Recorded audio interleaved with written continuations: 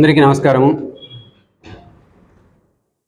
గత వారం 10 రోజులుగా ప్రొద్దుటూరు నియోజకవర్గంలో బెట్టింగ్స్, అది కూడా టికెట్ టీడీపీ టికెట్ ఎవరికి వస్తుంది అనే దాని మీద బెట్టింగ్స్ జరుగుతూ ఉన్నాయి. అది ఎవరు ప్రోత్సహిస్తున్నారో, ఎందుకు ప్రోత్సహిస్తున్నారో కానీ తెలియదు. కానీ ఈ పద్ధతి అయితే చాలా ఎంకరేజ్ చేయదగింది కాదు. ఎవరు నష్టపోయినా, అంటే ఎవరో ఒకరికే వస్తాయి డబ్బు, మీద పోగొట్టుకునేటోళ్ళు చాలా, వాళ్ళ ఫ్యామిలీలో వాళ్ళ చాలా ఇబ్బంది పడతారు. కాబట్టి దయచేసి అది ఎవరు ప్రోత్సహిస్తానే ఆ ప్రోత్సహించేటోళ్ళు వెంటనే ఈ పద్ధతిని మానుకోవాల్సిందిగా విజ్ఞప్తి. అట్లని ఏదో మేము భయపడుతున్నాము, మాకు రాలే అని మేమేం అనుకోవడంలే. మాకు 100% కాన్ఫిడెన్స్ ఉంది. ఎందుకంటే చంద్రబాబు గారు ప్రతి నియోజకవర్గంలో కూడా గెలుపు గుర్రాలకే టికెట్ ఇస్తామన్నారు. గెలుపు గుర్రం మీద చంద్రబాబు క్లియర్గా తెలుసు, ప్రజలందరికీ తెలుసు. కాబట్టి 100% గెలుపు గుర్రంకే టికెట్ వస్తుంది. ప్రొద్దుటూరులో టీడీపీ జెండా ఎగరేస్తాం. అయితే ఇట్లా తప్పుడు పద్ధతుల్లో ప్రచారం చేసుకోవడం, ప్రచారం లబ్ధి పొందాలనుకోవడం మాత్రం చాలా నీచమైన పద్ధతి. ఇట్లాంటి పద్ధతి, ఈ దిగజారుడు పద్ధతిని మానుకోవాల్సిందిగా విజ్ఞప్తి చేస్తున్నారు. దాంట్లో కూడా ఇంకొకటి కొంత సమాచారం ఏమిటంటే, కొన్ని మీడియాలో వచ్చినట్టుగా ఫేక్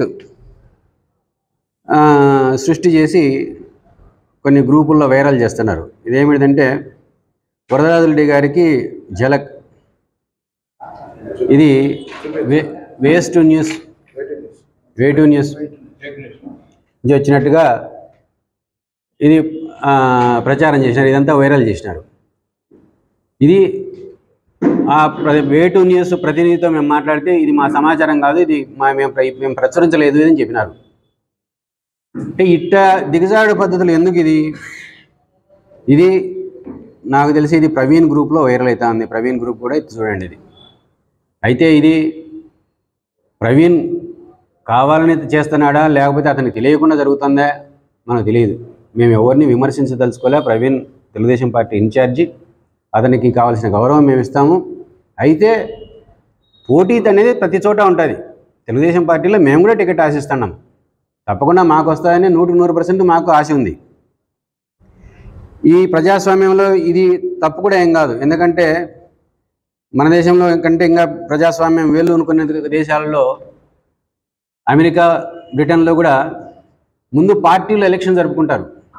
ఎవరికి ప్రజా మద్దతు ఉందంటే వాళ్ళకు టికెట్ ఇచ్చే పరిస్థితి అమెరికాలో కానీ బ్రిటన్లో కానీ జరుగుతూ ఉంది.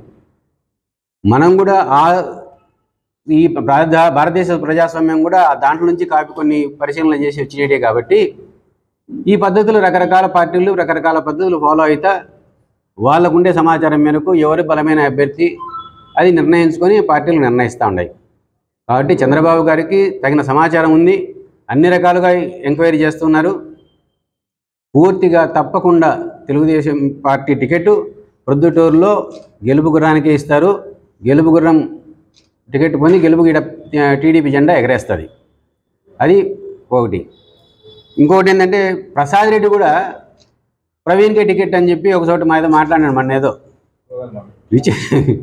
ఇప్పుడు మాకు టికెట్ వస్తాయని నేను ప్రవీణ ఎవరో మాట్లాడుతున్నారంటే అది అర్థం ఉంది. కానీ ఫలానానికి టికెట్ వస్తాయని ప్రత్యర్థి పార్టీది కూడా అతను చెప్పడం అంటే అతని మనసులో ఏముంది, ఎందుకు అది కోరుకుంటున్నాడు అని జనాలు అర్థం చేసుకోవాలి. కాబట్టి ఇవన్నీ సరైన పద్ధతులు కాదు. ఒకటి, మేము ప్రజా మద్దతు పొందేదానికోసం ప్రజా బాహుల్యంలోకి తిరుగుతూ ఉన్నాం. ప్రజల మద్దతు ఉంటే చంద్రబాబు గారు పిలిచి టికెట్ ఇస్తారు, ప్రజల మద్దతు ఉండేటోళ్ళకే ఇస్తారు అనే భావన ఉంది. కాబట్టి ప్రజల దగ్గర ప్రతిరోజు తిరుగుతూ ఉన్నాం. ప్రజా సమస్యలను లేవనెత్తుతా, ప్రజల మధ్యలో తిరుగుతా, ప్రజా మద్దతు కూడగొట్టడానికి ప్రయత్నం చేస్తున్నాం. సో ఈ పద్ధతిలో మేము తెలుగుదేశం పార్టీ టికెట్ ఆశిస్తూ ఉన్నాం. మేము విజయం సాధిస్తామనే పరిపూర్ణమైన నమ్మకం ఉంది. అయితే కూడా నేను ప్రత్యేకంగా ఎవరిని పంద్యాలు పెట్టుకోమని ఎంకరేజ్ చేయడంలే. దయచేసి ఎవరు పంద్యాలు అయితే పెట్టొద్దండి. ఇది పంద్యాలు పెట్టొద్దన్నాం కదా అని బలహీనత మాత్రమే అయితే కాదు. రెండోది, నిన్న యువగలం సక్సెస్ అయింది, నవశకానికి నాంది పడింది. రాబోయేది తెలుగుదేశం ప్రభుత్వమే. చంద్రబాబు నెక్స్ట్ 2024లో ఖచ్చితంగా అధికారాన్ని స్వీకరిస్తారు. కొంతమంది ఇంకా పవన్ కళ్యాణ్తో కలుపుకుంటున్నారు, ఒంటరిగా రాలేరా మీరు, అట్లా ఇట్లా కొంత గేలి చేసే మాటలు కూడా చంద్రబాబు గారిని కూడా మాట్లాడుతున్నారు. ఇది ఒక యుద్ధం చేసేటప్పుడు తగిన సాధనాలను తగిన బలగాన్ని కూడగట్టుకోవడం అనేది యాన్నైనా సహజం. అది చంద్రబాబు గారికి తన బలగము తన సాధనాలను కూడగట్టుకుని ఆ ప్రయత్నం చేస్తున్నారు. ఇప్పుడు శ్రీరాముడు యుద్ధానికి పోయేటప్పుడు సుగ్రీవుని వెంట తీసుకున్నాడు. అంటే సుగ్రీవుడు లేకపోతే శ్రీరాముడు గెలిచలేడనే, బలహీనుడనే. శ్రీరామచంద్రుల గారు కూడా బలహీనుడా? కాదు కదా. కాబట్టి యుద్ధానికి పోయినప్పుడు సరైన సాధనాలను సరైన బలగాలను వెంట తీసుకుపోవడం అనేది పరిపాటి. ఆ క్రమంలో ప్రజాస్వామ్య పద్ధతిలో తన బలగాలను కూడా కొట్టుకునే ప్రయత్నమే చంద్రబాబు చేస్తున్నాడు తప్ప చంద్రబాబు బలహీనుడేం కాదు. రాబోయే 150 ఇప్పుడు జగన్మోహన్ రెడ్డి సాధించి గొప్ప అనుకుంటున్నాడు. 150 కంటే కూడా ఎక్కువ సీట్లు వచ్చే అవకాశం ఉంది. ఇప్పుడు ఈ 24తో ఆల్రెడీ నవశకానికి నాంది పడింది. రాబోయే అతి త్వరలో ఈ తెలుగుదేశం ఈ అరాచక పాలన, రాక్షస పాలన, అంటే ఇప్పుడు నేను శ్రీరాముతో పోల్చినాను కాబట్టి జగన్ రావణాసురునితో కూడా పోల్చొచ్చు. ఈ రావణాసురుని పాలన అంతమవుతుంది. ప్రజలు దానికి సిద్ధంగా ఎప్పుడెప్పుడు ఎలక్షన్ వస్తుందా, ఎప్పుడెప్పుడు ఈ రాక్షస పాలనకు అంతం పలుకుదామా, చరమగీతం పడదామా అని చెప్పి నిర్ణయించుకున్నారు. అది జరిగి తీరుతుంది. నమస్తే.